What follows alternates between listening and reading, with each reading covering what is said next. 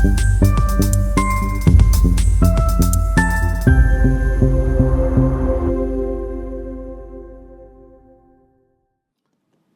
everyone. This tutorial is about the process of drug discovery and how it is different today compared to 10 years ago. It's an important topic not only for medical affairs but also for marketing, commercial and regulatory teams. When we talk about drug discovery, we are really talking about one of the most complex, costly and critical processes in modern science. This is the process that helps us discover new medicines. And regardless if we are talking about which kind of medicine it is, say if it is an antibiotic or a life-saving cancer therapy or a vaccine, every approved drug, regardless its nature, begins with a single idea and a long journey ahead. So today we will explore the overall process of drug discovery, what it involves, where it begins, and how the pharmaceutical industry drives innovation forward.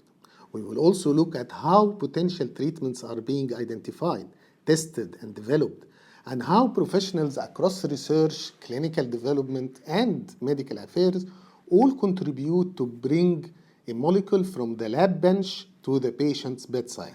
And as of a definition, drug discovery is the process of identifying a new candidate medication.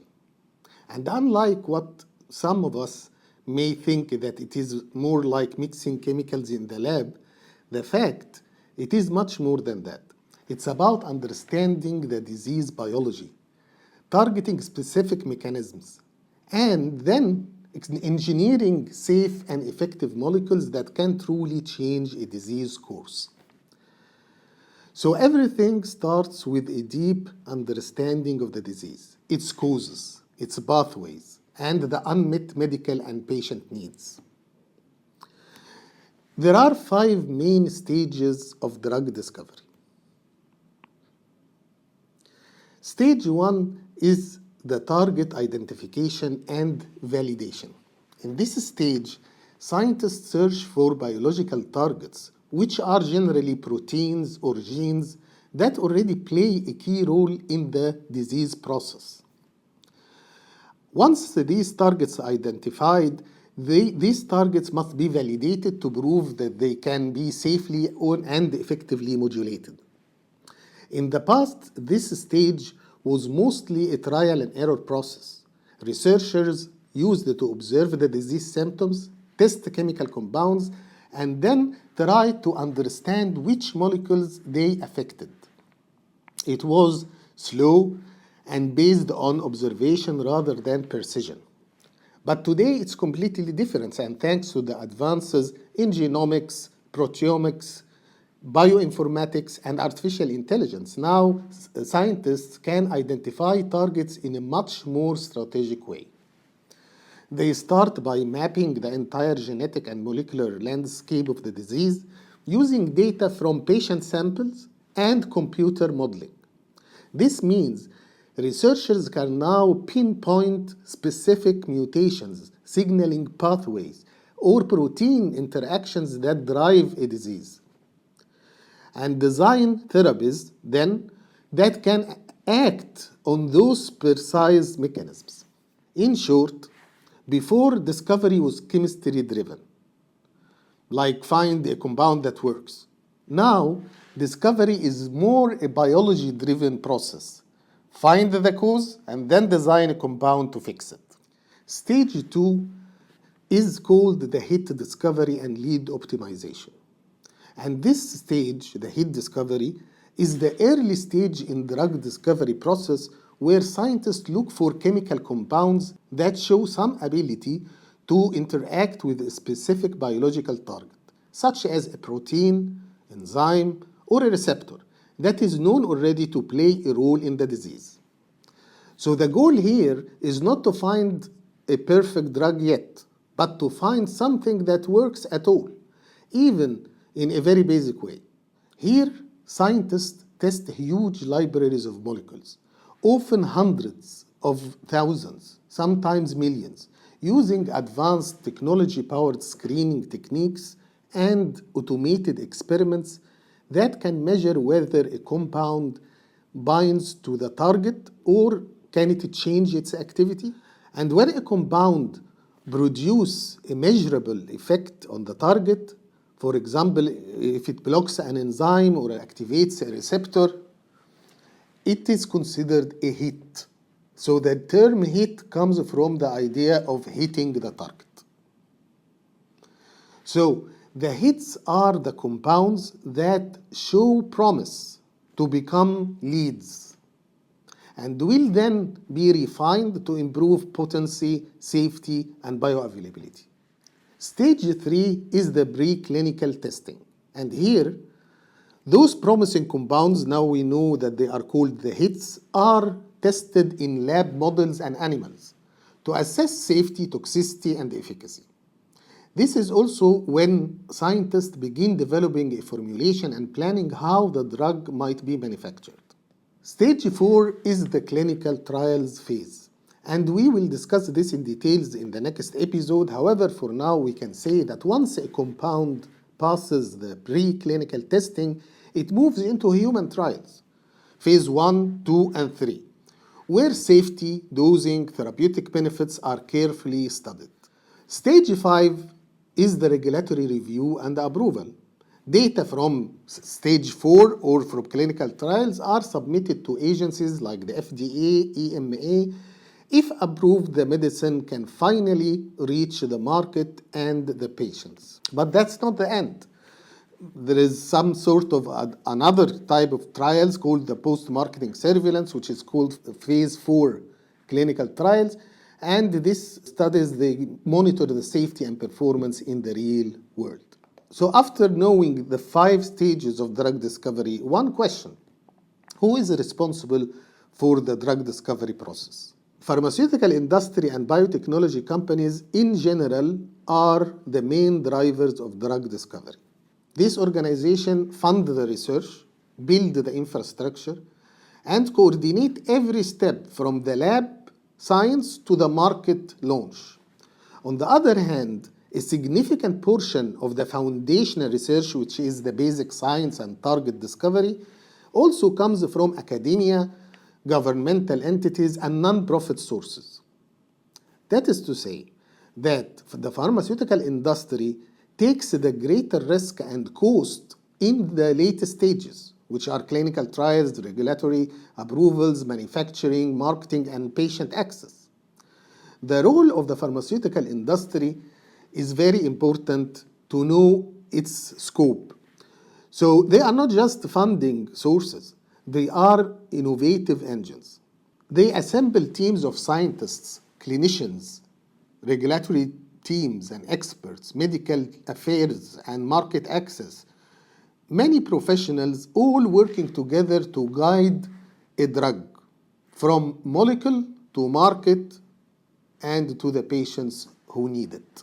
The roles in the pharmaceutical industry include investing billions in research and infrastructure, building collaborations with academia, biotech, and governments, ensuring ethical and compliant clinical development, preparing large-scale manufacturing and distribution, communicating the medical value to the regulators and healthcare professionals, of course, and payers, and above all, protecting the patient's safety at every stage of the process. It is important to note that within this ecosystem, medical affairs plays a significant role, a key role, and it will continue to play this role in aligning drug development with real-world needs, addressing medical education gaps, and collecting post-approval data. Despite major advances in artificial intelligence, genomics, and precision medicine, drug discovery still remains a very high-risk journey.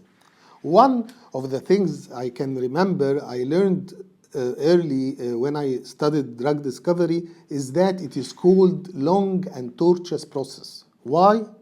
Because only 1 in 10,000 compounds ever reaches the market. The process can take from 10 to 15 years and costs over $2 billion per approved medication. That's why pharmaceutical industry and the companies must be both innovative and resilient, managing risks, timelines, and regulations while keeping the patient at the center of every decision. Every successful drug has the power to change lives, to relieve suffering, and extend survival, or even cure a disease, and that's why the industry takes the risk. And while science is impressive, it's really the collaboration between researchers, regulators, the industry, and the medical community that makes discovery possible. Let's talk more about the cost of innovation in this long journey. Considering that developing a new medicine is a process that is not just time sensitive, but also financially very demanding on an extraordinary scale. Those billions do not just fund the successful drug. They cover the thousands of the drugs or compounds that failed, the infrastructure, the regulatory compliance costs, and the specialized talent required at every stage of the process. Modern drug development relies on cutting-edge science. We are no longer dealing with simple chemistry. We are dealing today with medications that are biologically engineered and highly scientific. For example, targeted oncology therapy, which attack cancer cells based on the genetic mutations, offering better outcomes and more survival with fewer side effects. Or take another example, the next generation vaccines and monoclonal antibodies built on decades of immunology and molecular biology. These breakthroughs are transforming how we treat the disease, but they come at a cost. That cost reflects not just the ingredients of the medication, but decades of research, clinical trials, manufacturing scale-up, and most of all, the risk and effort required to bring science to life.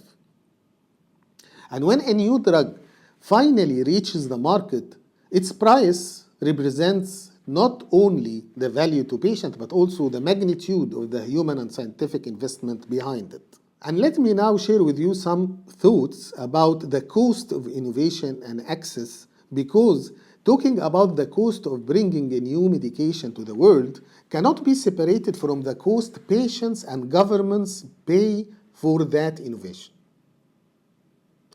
Because when we say new medicines are expensive, we often forget why. New medications, especially advanced or targeted therapies, are indeed costly. That's true.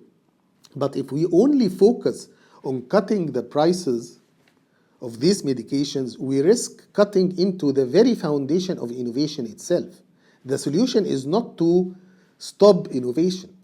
The real solution is to strengthen health technology assessment frameworks and improve access systems across the world so that every patient, every government, and every healthcare system can make decisions based on the value, outcomes, and sustainability. In other words, we need to find smarter ways to pay for the innovation, not ways that discourage it. Because every time we bring a breakthrough medication to a patient, we have not just paying for a bill, we are investing in years of research, hope, and progress in healthcare. As we reach the end of this session, let's take a moment to appreciate what the drug discovery process today truly represents. It's a journey of persistence, innovation, and collaboration. Behind every approved medicine are years of research, countless experiments, and the dedication of scientists, clinicians, and medical professionals who refuse to give up. Drug discovery today has evolved far beyond the trial and error. It's guided by data, powered by artificial intelligence, and inspired by our growing understanding of biology and disease. Yet, even with all this technology and all these advancements, the heart of the process remains deeply human, driven by shared mission to improve and save lives. Thank you very much for joining me in this journey through the drug discovery process today, and in the next time we will talk about the phases of clinical research. See you soon.